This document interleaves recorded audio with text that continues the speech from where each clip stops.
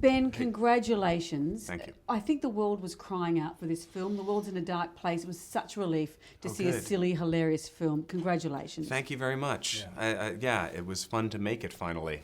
Well, I thought I was seeing it last week, but I saw The Hateful Eight instead. Oh, okay. And I thought, well, hang on, well, there's not many laughs in this. So it was. Amanda's right. I was really pleased to, as soon as I was in there, I was just... A little less cool. blood than The Hateful Eight? Yes, I haven't yet to see The Hateful Eight, which I'm looking forward to seeing. But Take I'm the imagining, I'm sure. I'm imagining we're a little less violent, probably. Just taking a guess. You're quite right. Yeah.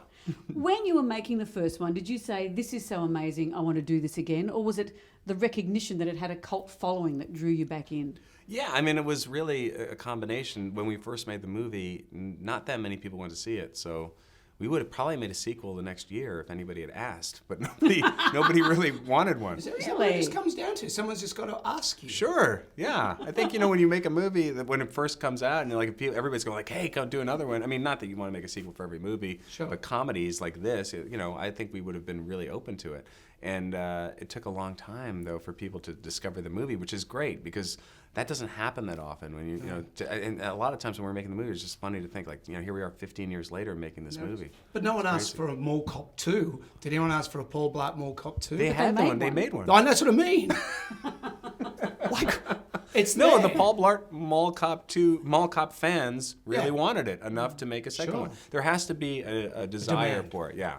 A lot has happened to Derek in the 15 years, but also in the world a lot has changed. You were ahead of your time with the technology of the selfies and the narcissism, it seems, which is now our everyday television. Yeah, I do think that's kind of why Derek has survived over the years, is because he's sort of the culture has sort of changed in that way that really feels like it would welcome Derek, because he's such a self-obsessed guy, and now we, with our phones turned on each other and ourselves all the time, it seems like it makes sense for him. What's your favorite filter on Instagram? Oh, gosh. What do you Anything that blows you out. Anything that really blows you out. Heafy. Oh, yeah. Is it pronounced Hefe. Oh, yeah, Jefe. I thought it was Hefe, but I'm 48. Oh. I've got no idea. Okay. Hey, my daughter would be saying, Dad, you're such a noob. Yeah, I know. My daughter says that to me all the time.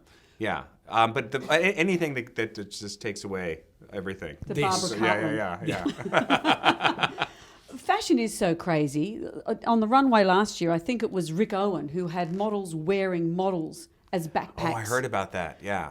And Vivienne Westwood this year has got male models wearing gold and silver male phalluses around their necks. You And that's weird. Why? Well, you in planning this film You have an must issue with have that? seen some unusual things. What's your well, favorite? I mean, honestly, it was challenging to try to figure out how to in any way satirize what goes on in fashion, because it has gone so far.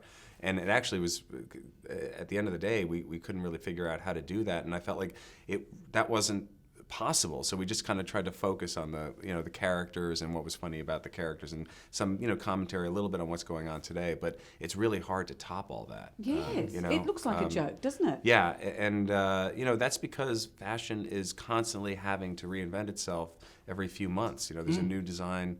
A new season every few months, and they have to be coming out with a new design, and it's a lot of pressure. So that's why, and it's also art too. It's art that has to also sell commercially. So it's a very tough world. We have one of the great fashion houses in Australia. I don't know if you've caught it. It's called Lowe's, but they specialise in fleecy and track pants And Hawaiian shirts. and Hawaiian shirts. Yeah, And sure. it's, We have that in America. It's called Men's Warehouse. There it is. Yeah.